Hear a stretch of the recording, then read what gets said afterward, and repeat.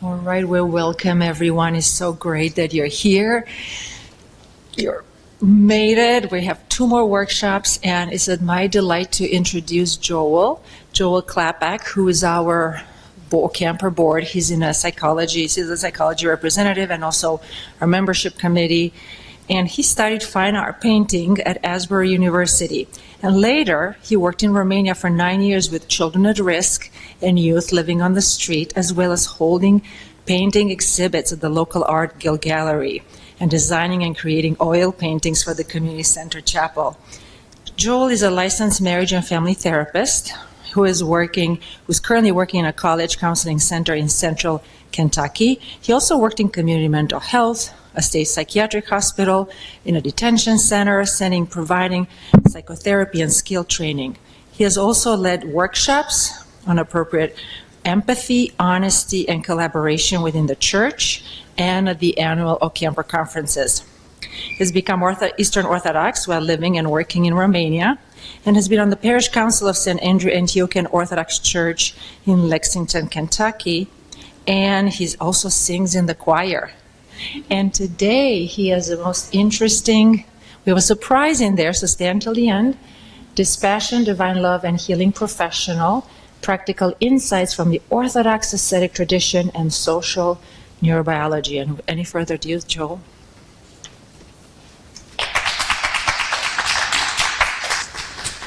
Thank you, Ioana. I'm so excited to get to share stuff that I'm excited about. My wife will tell you that it only takes about 45 minutes to find out what the 3 topics I'm really fascinated with at any given moment. And I've come to love that about myself. So hopefully I can get through this. I am just excited to share this with you still, and I've sort of come upon it a few years ago. So let's see. So I want to share a little story of how I ran into this as we go. So about 4 years ago, actually at a pastoral counseling conference in maybe 2009, I ran into internal family systems. Like, this is cool, firefighters, managers, exiles, these are parts that internal family systems talks about. So about 3.5 years ago, I started using internal family systems in my practice in a college counseling center, and have the quality of my practice just increased exponentially. I remember I started doing it with a girl I've been working with for 1.5 years. I just started asking about some parts, and all of a sudden she's crying on my couch. What's happened? She's never cried on my couch before. She's like, what was that? So I've been studying and learned about internal family systems, and we're going to come back to it at the end.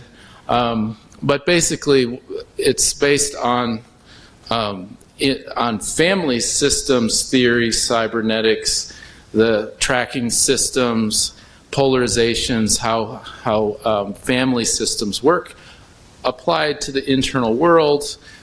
Dick Schwartz started working with people with eating disorders, and they would say, well, I have a binging part, I have a restricting part, I have a purging part, and they would talk about them, and he started putting them in empty chairs, and found out, you could just ask them questions and they had full personalities. And at the end of the conversation, they could see that even the restricting part had a good intention for them.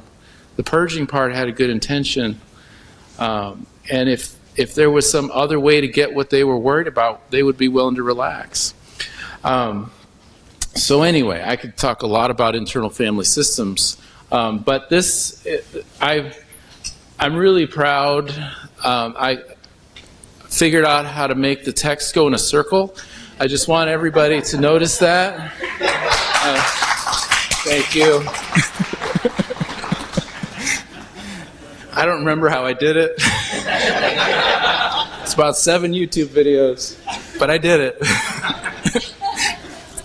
So what we find in internal family systems is that as we identify parts, and parts are thoughts, feelings, emotions, they can be body sensations. As we encounter parts, we kind of focus on one, and then we kind of ask the person the magic question, how are you feeling towards your perfectionist part? Well, I'm feeling critical and judgmental toward it.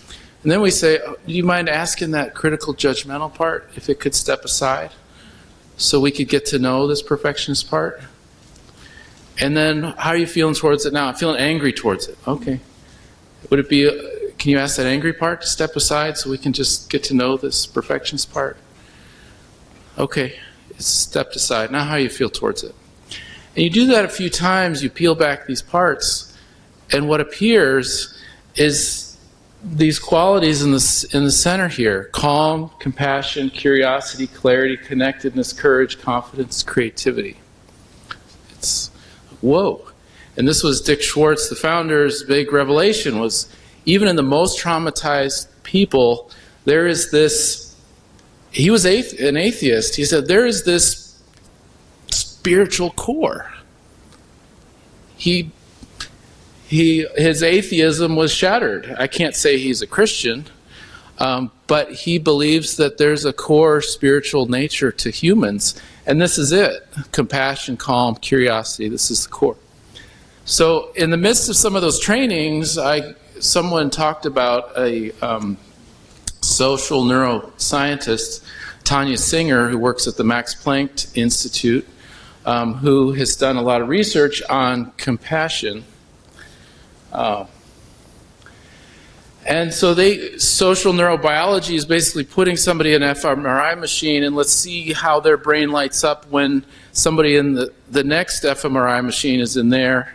So we're looking at how brains interact with each other, social neurobiology. So they were able to isolate an emotion contagion network, which we have online from birth. So when a parent is anxious, the baby gets anxious. There's a great video of quintuplets. One baby starts laughing, then they all start laughing. Then it slows down, and then another one starts laughing, and they all start laughing again. It'll add years to your life if you watch that video a few times. But this is catching emotion. So there's a network that they highlighted that's about catching emotion. I just want to say, we know that human beings are more than the neural networks. This is just sort of what's lighting up as things are happening. That doesn't mean that it's causing what's happening. Okay? Do wheels turning in the front of the car cause a car to turn? I don't think so. But do wheels turn when cars turn? Yes. Okay, so that's what we're talking about here. Okay, but very interesting emotion contagion, very specific neural network. Empathy, and she generously shifts it to empathic distress. We love empathy. It's beautiful. But empathy is, in her terminology, in her study, empathy is the feeling of the pain of another person. And actually, it's feeling our own pain while we're connecting with the pain of another person. Okay? Empathic distress. And then there was a scientist turned Buddhist monk named Mathieu Ricard. There's this very cute video of him talking about the study. Tanya Singer knew of him. He's a Buddhist meditator. They do loving kindness meditations on a daily basis. So she said, why don't we get you in this fMRI machine? And they showed him 2 hours of war footage and said, be in that empathy mode. Just empathize. We're getting into empathy mode. After 2 hours, he was totally burned out. Could hardly get out of the machine. And they said, do you want to wait a couple days before we do the loving kindness compassion one? I said, no, we need to do it now. And they zip them back into the machine, show them the same 2 hours of footage of war.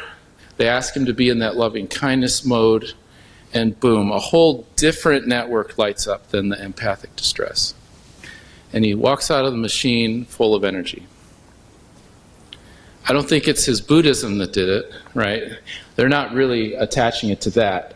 But they lit up this whole different neural network, which they're calling the compassion network.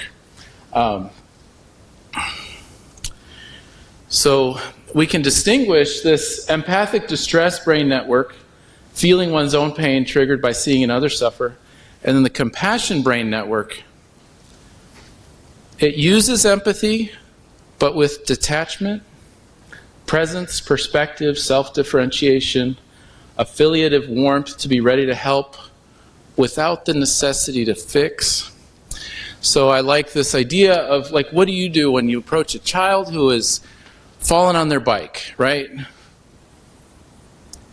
If you run in with empathic distress, all of a sudden the kid is crying because they're seeing you so distressed. You know what I'm talking about? All those parents out there. So instead, you go to the child, you have enough empathy to know that might hurt, but you have enough detachment to be ready to help without being desperate to help. This is compassion. And with compassion, there's also this, what they call filiative warmth, filiative connection, like you might have with your child. So I'm not just helping my child after they've fallen on a bike. It's also, this child is part of generations to come. I get to be the one that shows up and be the one who can be there for them when they're needing me.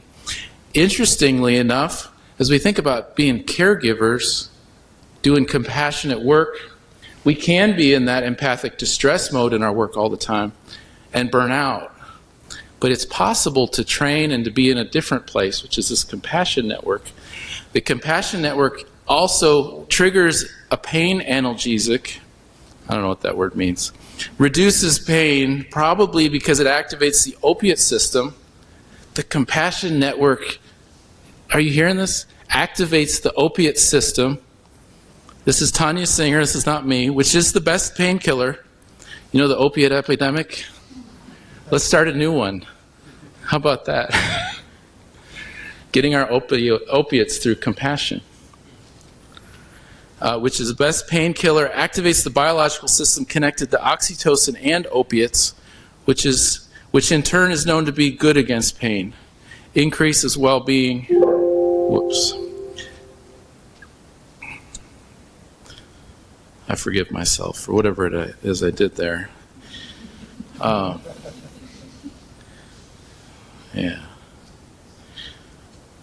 Oh, I got the wrong side.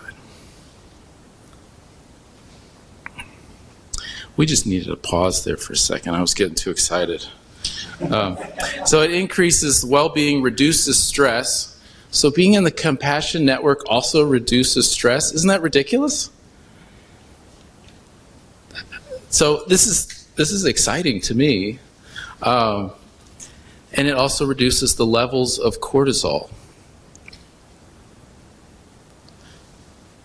So her project is called the Resource Project, which was a 9-month project following this discovery of the compassion neural network. She said, well, let's train people. So they designed a training for 9 months long to train people in the components of compassion. So the empathic distress network leads to compassion fatigue. It really shouldn't have compassion in that word. It's really empathic distress fatigue. When we're in the compassion brain network, it actually increases energy, reduces pain, increases connection. So this is Tanya Singer's slide, and this is what she came up with in her whole 9-month program. Is what they did this, and they put people through 3 months of presence, which was secular mindfulness training. How can you be present? And then metacognition, perspective taking on self, perspective taking on others. This is our perspective on our own thoughts. I'm thinking these things, you're thinking these things. Psychopaths are actually really, really good at that one. In and of itself, it's not a cure-all, right? Being aware of our thoughts, but it's necessary for that detachment from your own thoughts, detachment from the thoughts of others, this seeing our thoughts. So we need to be able to be present. When they did 3 months of presence training, pro-social behavior was their measurement. didn't increase at all. So just mindfulness doesn't increase compassion. So mindfulness plus being aware of thoughts of yourself and others actually increased pro-social behavior quite a bit. And they added this third dimension, which was opening the heart. This is loving kindness meditations, emotion acceptance, emotion regulation. This is distance from your emotion, to be able to be aware of your emotion without being caught in your emotion, to be above the emotion but not be ignorant of your emotion. It's an integration. And then pro-social motivation, like wishing the good for the other person. So 3 months of that also boosted this pro-social activity quite a bit.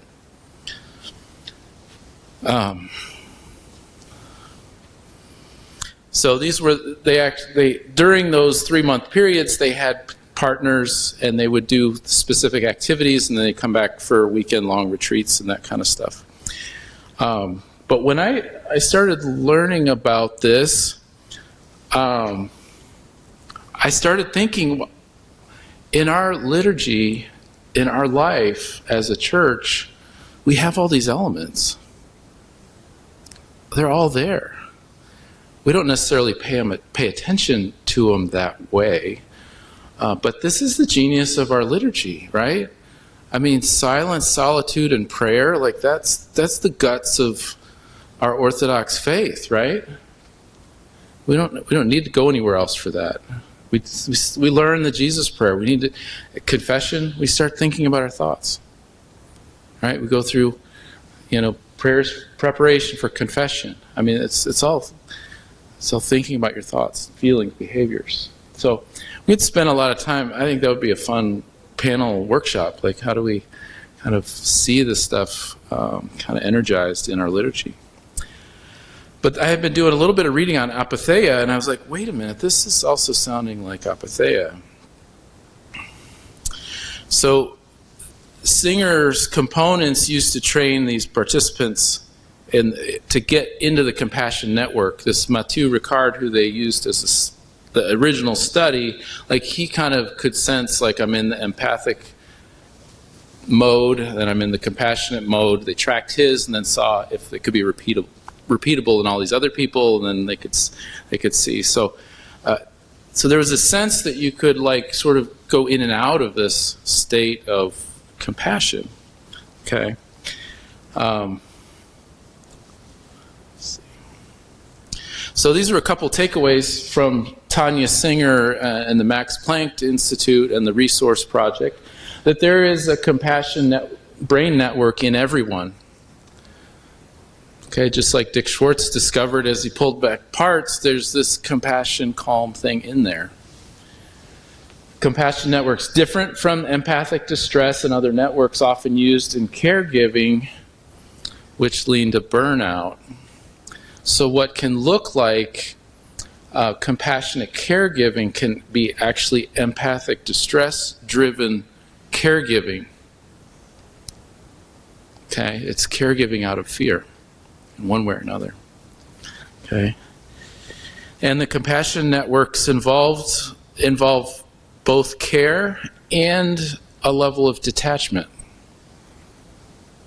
Okay, so I was thinking about my autocorrect in my phone, and somebody talked about it the other day, but sometimes my overcorrect is overly helpful to the point where it's not helpful.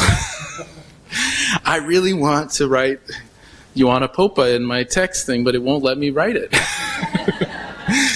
It wants to write all kinds of other things, right? Trying to be helpful, but not helpful because it doesn't have the detachment. Okay, so there's a detachment element that's absolutely important. So then I want to shift over to apatheia a little bit. Dumitru Staniloae is our beloved Romanian Orthodox theologian. Also one of those holy souls that translated the Philokalia into Romanian. I have a certain love for those guys that were saturated in that. The dispassion which he seeks is precisely the condition for the appearance, activation, unhindered growth of disinterested love. So there's a connection between dispassion and love here. The endeavor for dispassion is one of pulling up the weeds which hinder the growth of the grain field of love. This is Stani Luai. So the passions and love are in a certain kind of relationship here.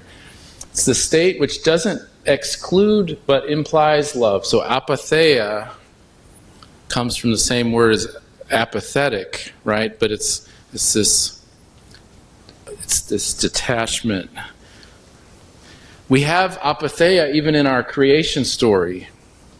God creates out of apatheia. This is one of the beautiful, unique pieces of our Christian theology, that God does not create out of any necessity. Overflow of joy, celebration, love, compassion. This is not normal among other religions. Out of the overflow of agape, joy, and the fullness of communion. And even on the cross, Christ voluntarily chooses the cross. And in our depictions on the icons, Christ is holding himself up there. He's not dangling like a chunk of meat. He is holding himself there. And the way our Gospels are written, we have very specific cues that he knows what's happening and he's choosing it, right? He doesn't do it out of necessity, but out of compassion.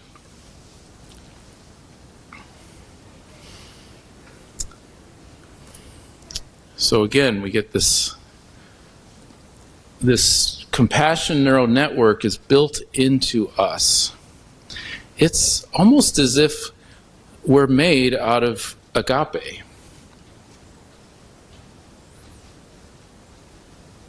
Isn't that interesting? It's there. It's just covered up.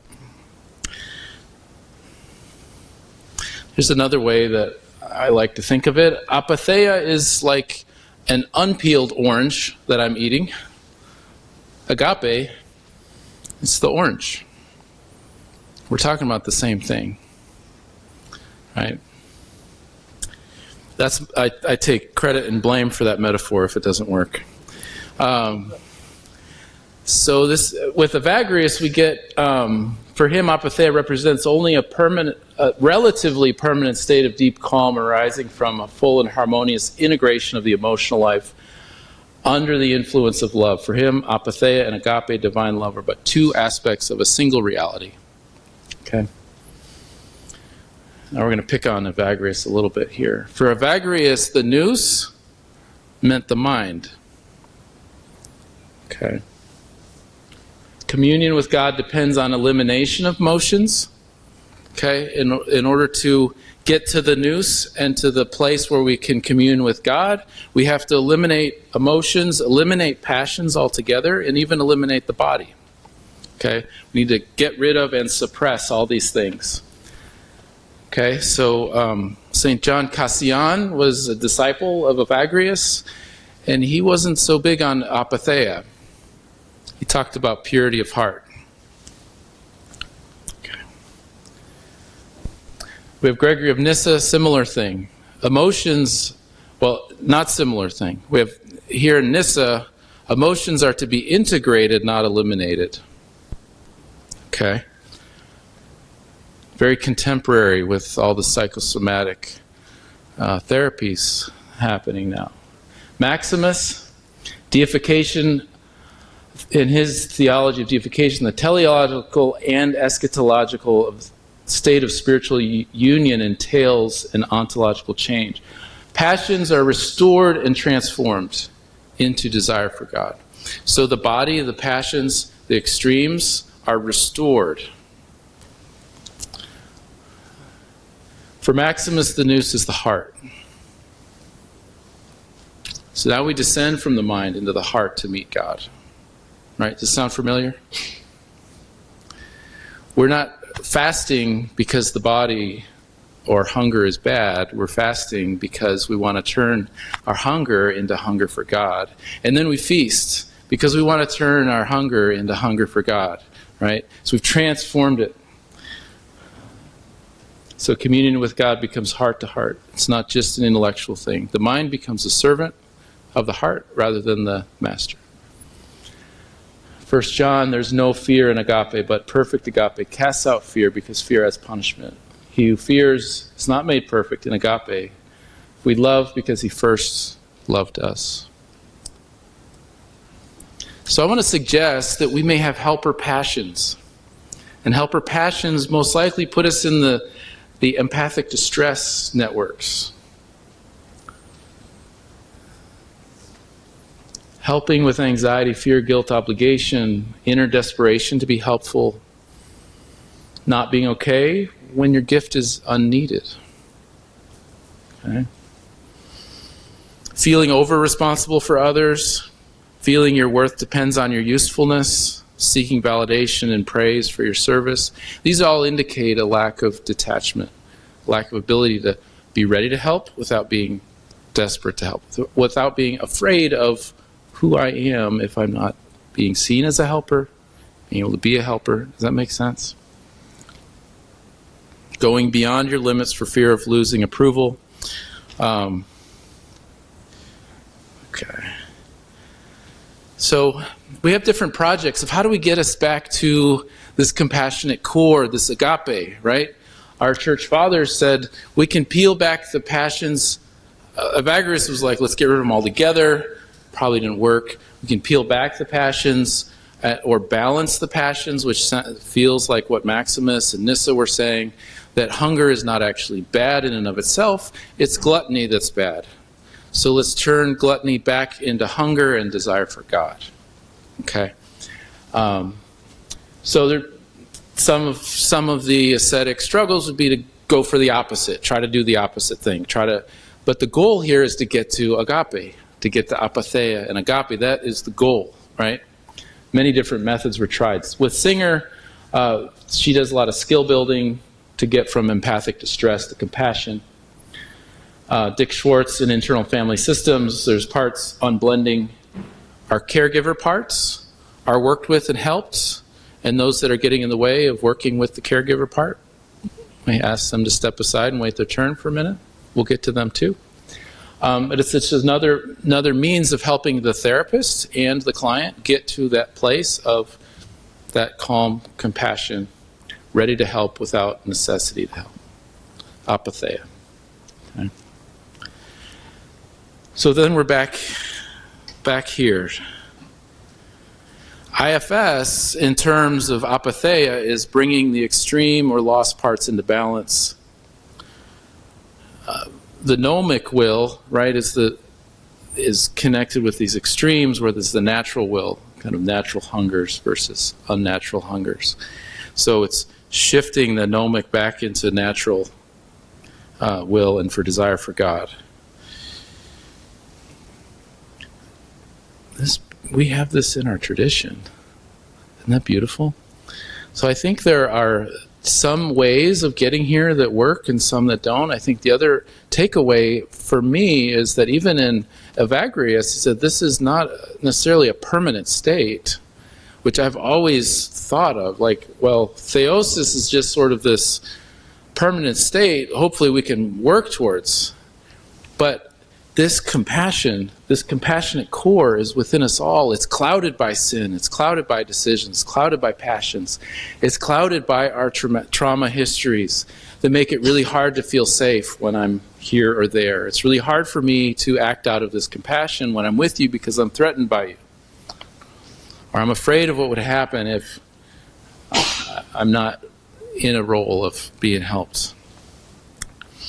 So, in my personal experience, I've done a lot of my own work with this kind of, with internal family systems, and just being amazed that you can kind of go in and out of this. One morning I had 3 clients that were really difficult, and they were triggering some of my own stuff, and I just really wanted to help them bad, right? And I was feeling a lot of that empathic distress.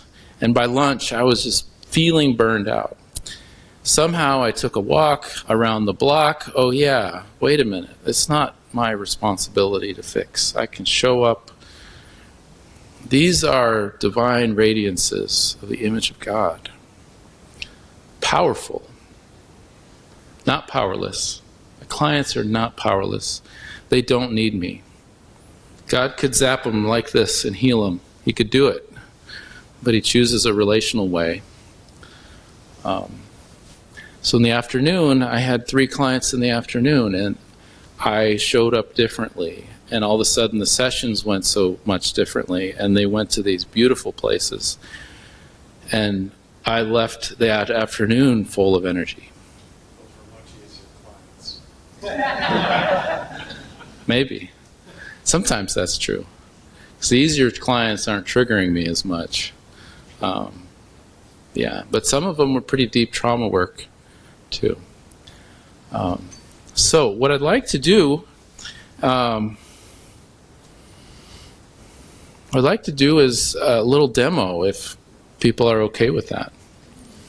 I have a volunteer already.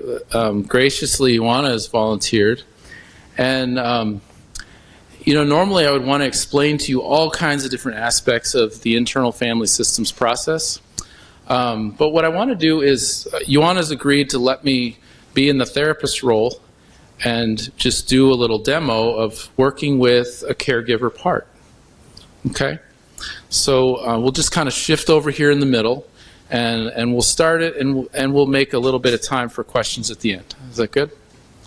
Okay. I think this is...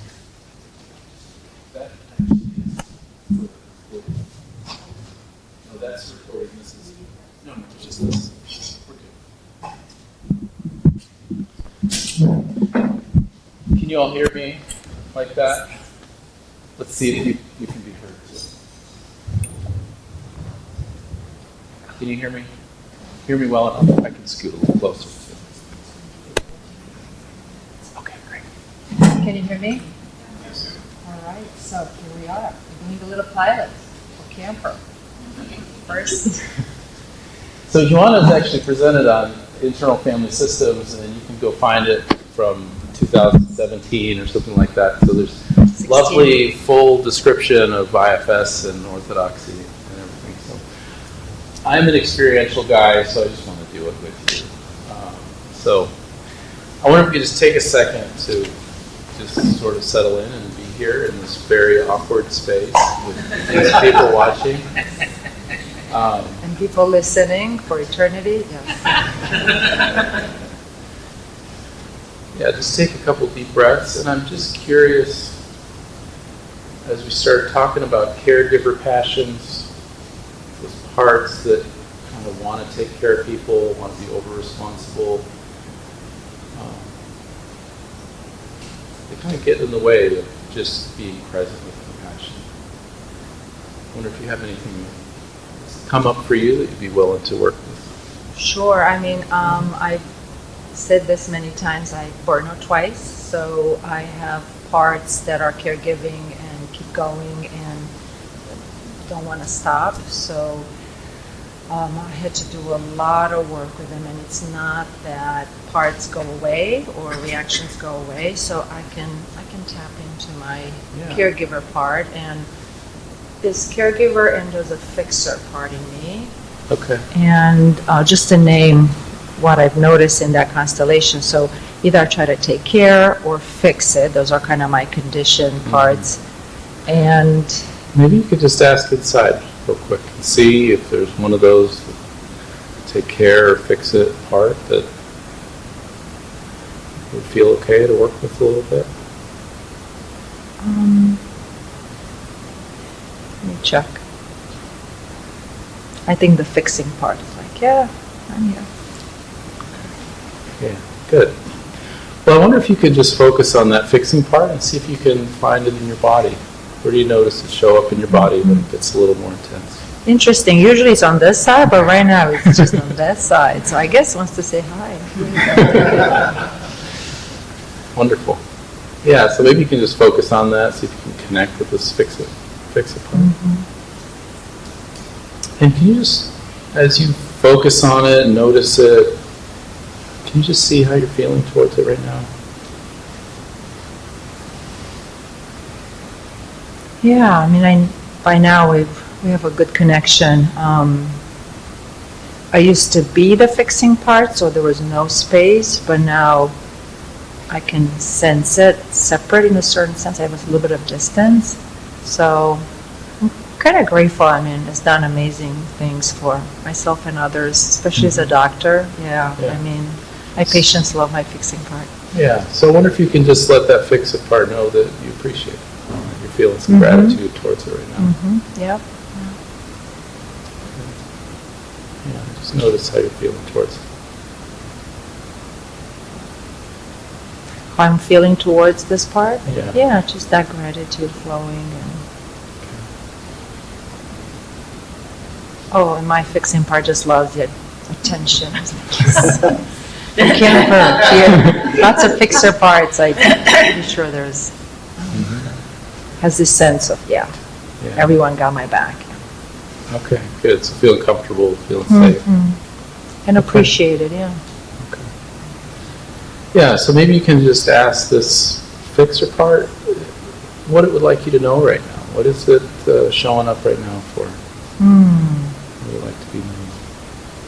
It's tired. Hmm. Yeah, this part is saying, oh, I'm tired. I love to fix, but I also like a big, nice sleep and rest. And it likes when it's not pressure to fix now. It used to just kind of jump in, Go all the time. but it kind of likes now to be invited. But my sense is there's another part that kind of calls on it. It's more like a servant, if that makes sense. There's another I'm just part getting that this kind of information. pushes it to fix. Yeah, I'm just getting this down low right now. There's a sense like, oh, there's something here that I'm this servant part here. I can jump in and help. Yeah, can you just get curious about that part that kind of makes the fix-it part a servant? I think it's my perfectionistic part. There's a sense of it has to be done in a certain way. And yeah. Okay. Yeah, so the perfectionistic part is maybe driving this fix-it part of it. And can you just check in with the fix-it part and just see, is it needing something right now? Or would it like us to, you want to shift and focus on that? Yeah. Perfectionist part? It really does. It just noticed that even during the conference, there's so much to do, right, as a board and welcoming and doing things, and there's a sense of this perfectionistic part wants to make sure everything is done right. And so it's okay to kind of step back. Okay to focus on that? Yeah, and this perfectionistic, I kind of sense it here. Maybe just ask that fix-it part if it could just give us a little space and maybe just thank it for what it's sharing with us. Yep. And just notice where you feel that perfectionist part in your body. Yeah, my IFS part is here saying hi too. Hold on, let me ask that space in me, my therapist part, to just step back for a second. Yeah, you just get to be the client right now. Yeah, so the perfectionistic side, I'm sensing it actually here. Okay. As it settles, it's kind of like my brain, my cloud of thoughts. It's right here, and Just notice how you're feeling towards the perfectionist part now. I'm kind of curious. Yeah, it just seems very interesting. Like, wow, kind of rules the world inside. Yeah, so I wonder if you can just ask that perfectionist part why it's been showing up in a little bit more prominent way this past weekend. What's it worried about? Yeah, and as you were talking, what arose in me from my center almost spontaneously, like, wow, this part really deserves respect. Like, wow.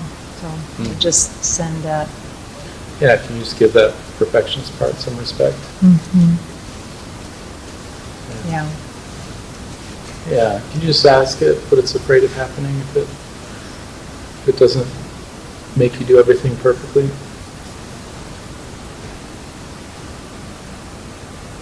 What's afraid would happen? I think it's outside of the mindset. Like, what do you mean? There's no...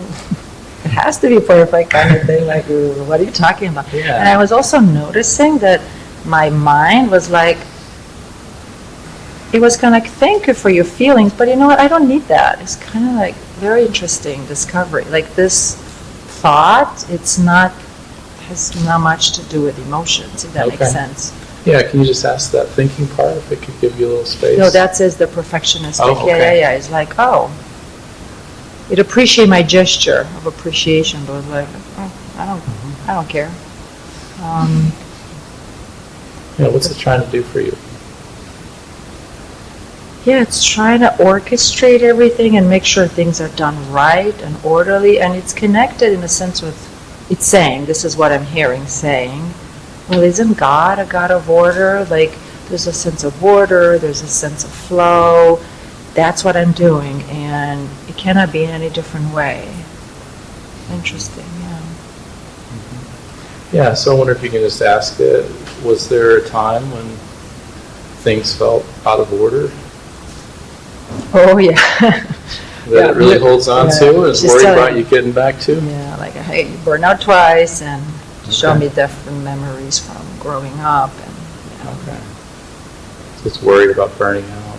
yeah, and interesting that there's a memory that show up right now, and which I visited before, so I'm familiar, and it feels safe for my system just to bring it forth right now. Okay. But there's a sense of being in school, back in Romania, elementary school. We were asked to come forward, so we only get 2 grades a semester, and we're put in front of the entire class. And it's like, this is what's happening right now. You have you in front of the class right now, people watching, here's a professor. I'm saying, no. Yeah. But that's the kind of the image. Yeah, So can you just ask the part what it felt like to be in front of the class? What it came to believe, being in that experience? yeah, it was, right now it's just reassured by my assurance that this is not the same thing. And I was able to check with the room. I'm like, oh yeah, I'm not in the classroom. Those are fine people here, and you're not my professor, so it feels good. Yeah, so maybe needing some acceptance and care. Yeah. It's a sense of, what was your question? About that memory? Yeah, just what was it? What was it like? What was it taking from that? What kind of belief, feel from that experience? Sense of its belief doesn't land with this space, but is a sense of being frozen. And I, as I know, there's underneath shame, like I'm in front of the class, and here I am frozen, and so it's holding, it's protecting all those deeper layers. Protecting you from more shame. Yeah, and not knowing, and have my scrambled brain part come in. Yeah. So how are you feeling towards this perfectionist part as you see it's protecting you from further shame, kind of fear of being back in that place? Yeah, I really appreciate it, and I appreciate as much as just being in contact with it and relationship with it, and just it feels like this communion back and forth inside between this side and just my core, my true self, however, yeah. So I wonder if Kind of likes that. I wonder if it'd be helpful to update the part, kind of where you're at. Yeah, I think it just How things happened have as I changed. looked around and moved and like, oh. Just let that perfectionist part know how you've kind of grown and developed and changed over the years since school in Romania. Many Yeah. moons ago, yes. Sense of belonging. Yeah. Yeah, what's That's this? kind of amazed. Anything else this part needs from you right now?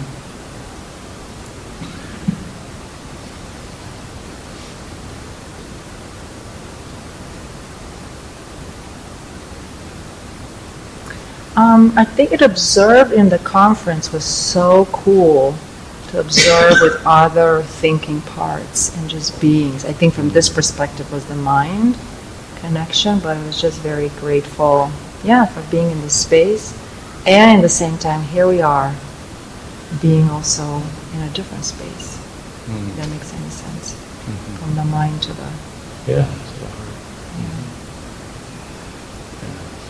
Does that feel complete enough for you right now? Let me check. Anything else? Let me check with them, yeah. So my perfectionistic part is taking the stellar position, and just doing its thing. Let me check with the other one. What was the other one? Fix it part? The fixing part? Yeah, thank you. Oh.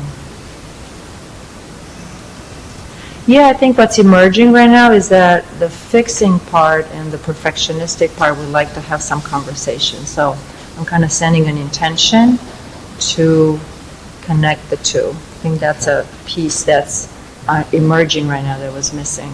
Okay. Yeah, so I'm sending that So intention. maybe you can commit to doing that sometime in the future.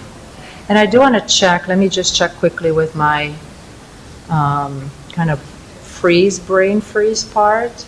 I think that's fine. Yeah, I felt like it's doing well. And my inner children parts. Yeah, they're cool. Cool, yeah. It's all good. Thank you so much. Thank for you. doing that.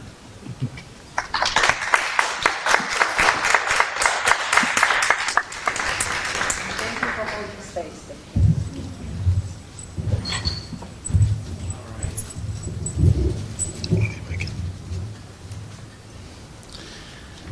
So what I'm hoping that you saw in that, and this was a little bit unusual because Ioana has done a lot of her own inner work. So she has a real strong understanding of her internal world. So for a brand new client that's never done this before, it would look a little different. And a lot of times what we did there is what we call insight work, where you're kind of having the person go inside, and there's a whole nother mode of working that's direct access, where I know I'm working with the perfectionist part, even though we're not saying it out loud, and doing a similar thing. Just as I guess I want to invite, are there any comments or questions right off the bat? We don't have a lot of time, but what do you got?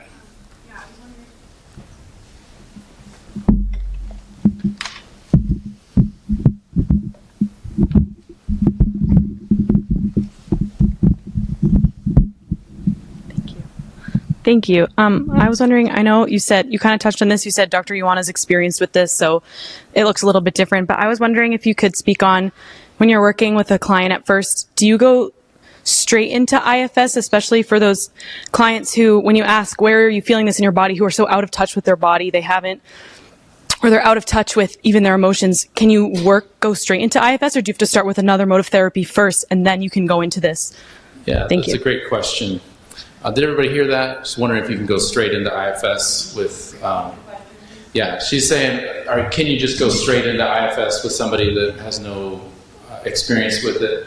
IFS is really a whole sort of mode of thinking about how people work. It includes multiplicity of mind, which we're self, the yellow blob, self and parts. Parts probably give us a lot of personality. The self is the central core, agape, apatheia core that we all have. And so I see the person as that as soon as they walk in the room. And as soon as they walk in the room, I'm hearing, I have a drinking part. I have a part that feels ashamed of drinking. I have a part that's socially anxious and doesn't want to go to the party on Saturday night, but my girlfriend wants me to, so I'm going to drink a little bit before I go. Then I'm over drinking, and then I'm ashamed of it. So there's a shame part and a drinking part and a socially anxious part.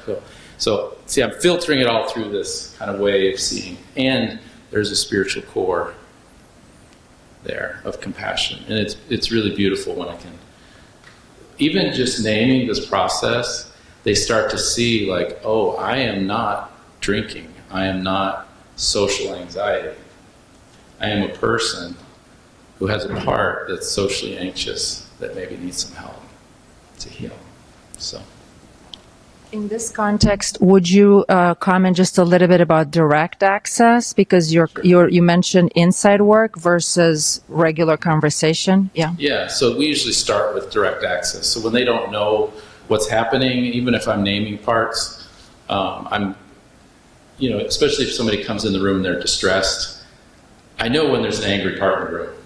I don't have to tell them, they don't have to tell me, I know it. So I'm just asking this asking them why they're angry, asking them what they're afraid of, and I'm thinking their angry part is afraid of fill in the blank. That makes sense?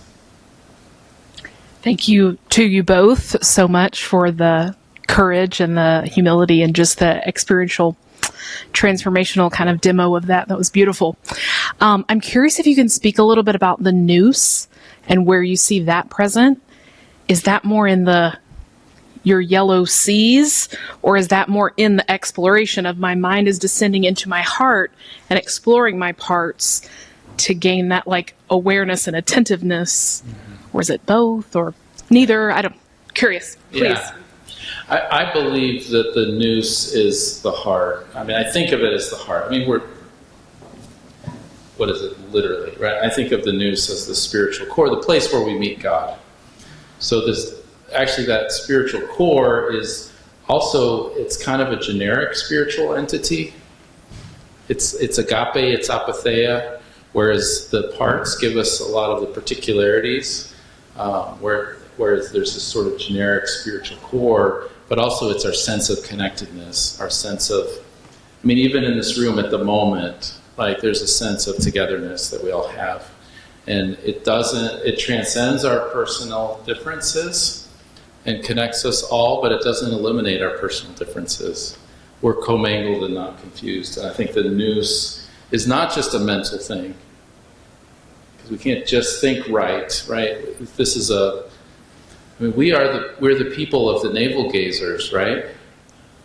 You've seen pictures of the monks looking at on a low stool, looking at what it looks like they're looking at their belly button. They're really looking at their heart.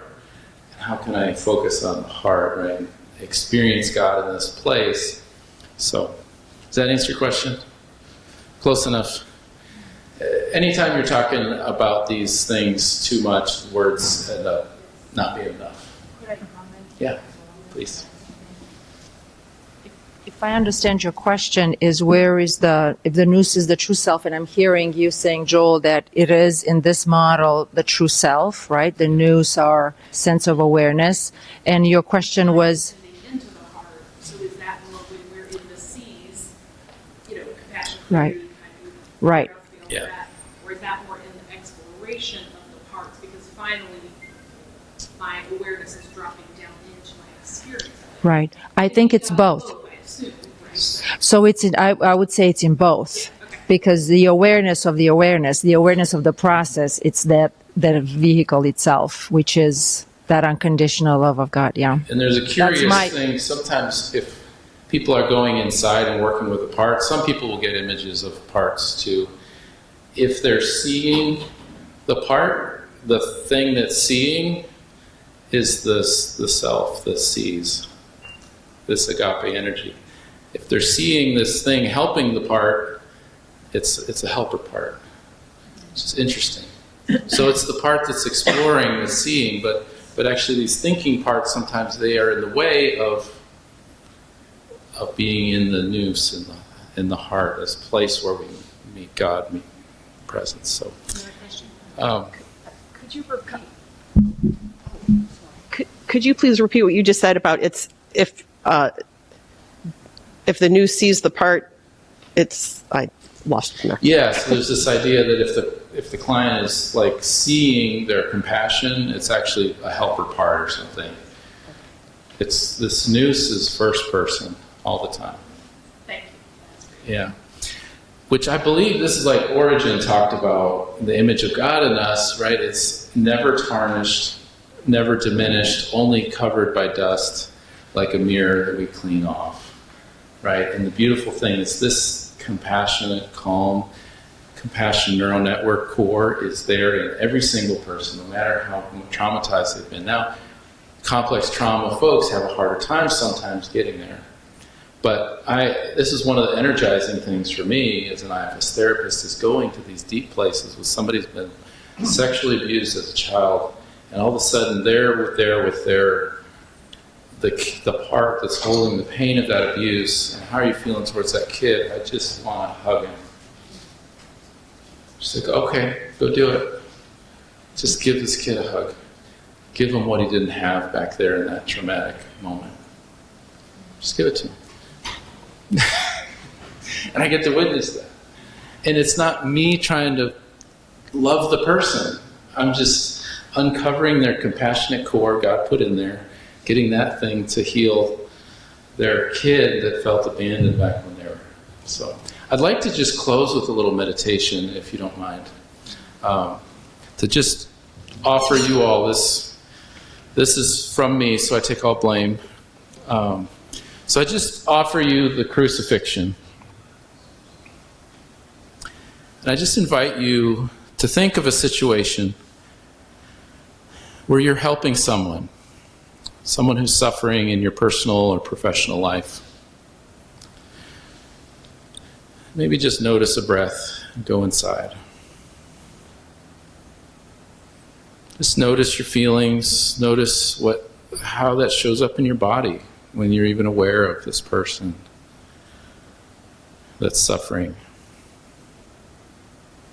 Notice any thoughts that accompany the situation. And now just focus on Christ for a moment, the icon. And I wonder if you can just be aware of his presence with us right now. Almost as if this golden light fills the whole room.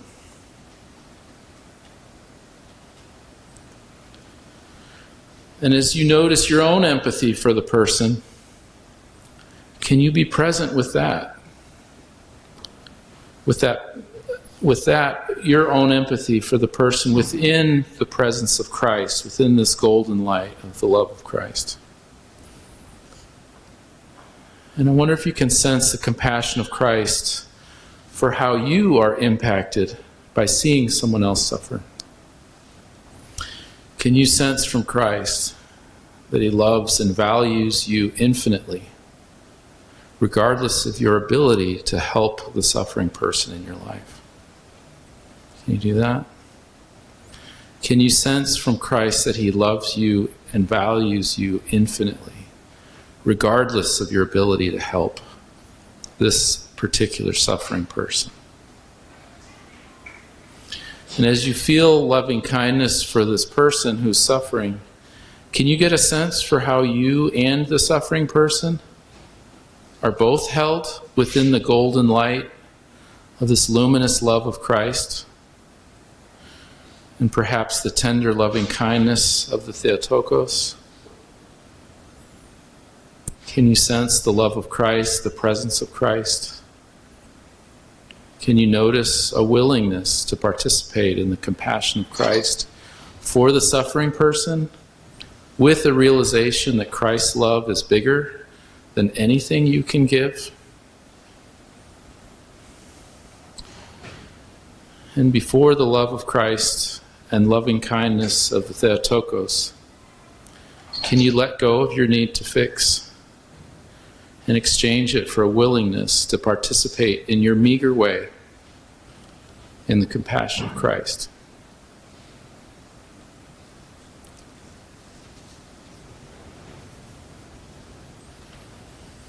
If you just take a couple deep breaths and sit with that for a moment, and then just come back to the room.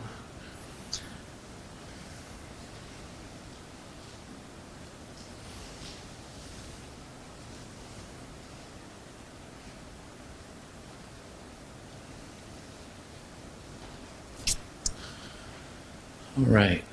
Thank you all for being willing to trust me to take you to some weird places. And I hope you take something out of this, even if it's not what I took out of it. I trust that you'll find what you need. Thank you. Thank you, Joe.